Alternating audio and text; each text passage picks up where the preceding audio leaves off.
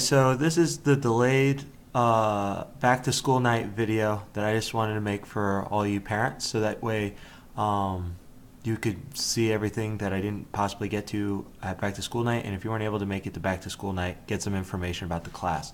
I will start off with service learning because in most of my presentations I did not get to this. Everything for my class this year is on this Google site, and so for service learning, this is it. If you scroll down, there's a brief overview here. The goal is to have students complete 15 hours of service hours over the course of the 8th grade. That is a county requirement. The way we do it at Liberty is that students are required to complete 5 hours for first, second, third quarter. If they reach their 15 hours in those first 3 quarters, they do not have to do it fourth quarter. They automatically get 100 in the grade book for fourth quarter.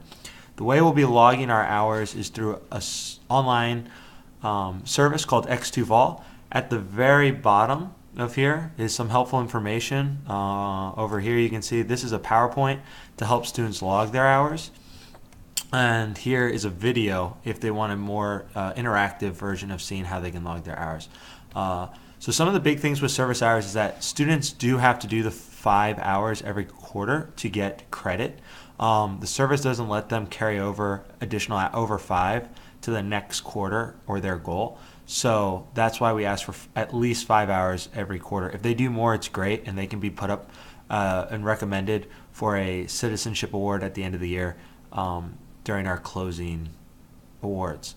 The big thing for service learning is what does not count. It's anything that is paid or done around the house. It's chores that they normally have to do. So anything that they do in the neighborhood to help a neighbor that they're not getting paid for, that would count. Anything that they do in a religious organization or affiliation, helping with a church picnic, anything like that, or any denomination of faith, would definitely count for service hours.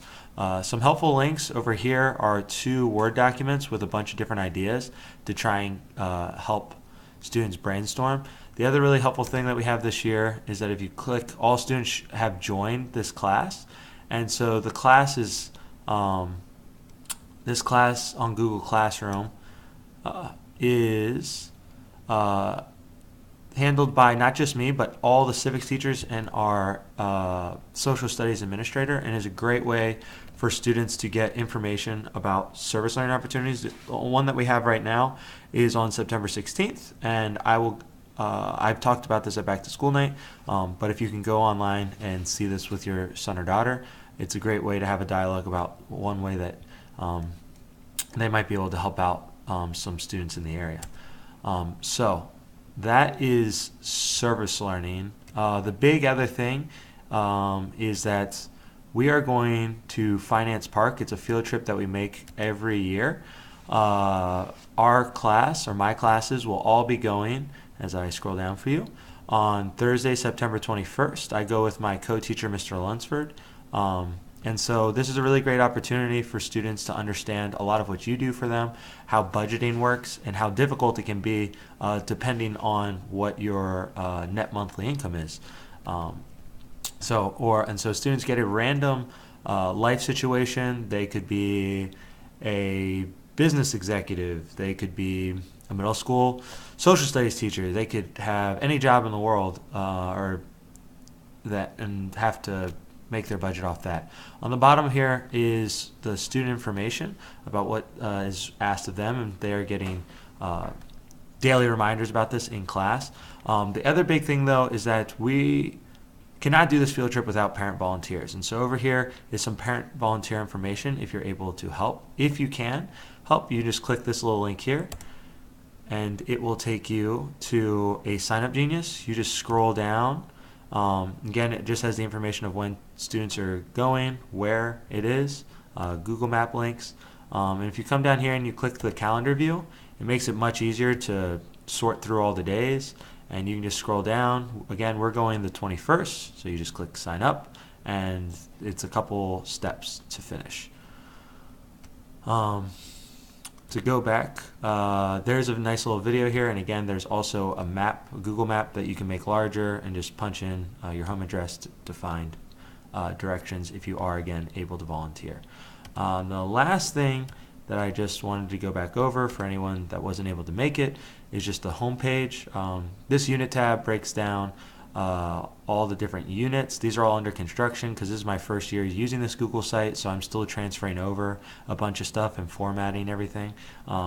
This site will go through changes throughout the year, so sometimes when you come back it should have pretty much all the same information on all the pages, but it might just be rearranged a little bit differently. Some of the big over here we have contact information again. If you are getting this email, but maybe somebody else in your family that would like to stay up to date with what's happening in class or get emails like this can click here to leave me their email. We are using Remind this year. It's a little text messaging service. If you click here, it'll take you to a little sign up page. If it doesn't come up as a 2017-18 civics class, this is the class code to join. And the last thing I just thought I would share is the Google Calendar, which everything that kind of goes on in class gets put on here. Students can use this as a great way to stay up to date with things that are happening in class, at Liberty, anything that's happening during Lion Time, after school. Try and put it all here, and I put in most of the events that I know about that are happening as far ahead as possible, so it should be a really great and easy way to help students stay on top of things that are happening, especially if they're absent. This is probably the #1 place for them to check. So I did this under my goal time, and I really hope I didn't go over anything too fast like I did at back to school night. I really apologize for that. I really didn't even know that I could talk that fast in 10 minutes. So please feel free to contact me, and if there's anything on the site or about the class that's confusing, again, please shoot me an email. I hope you guys all have a great week.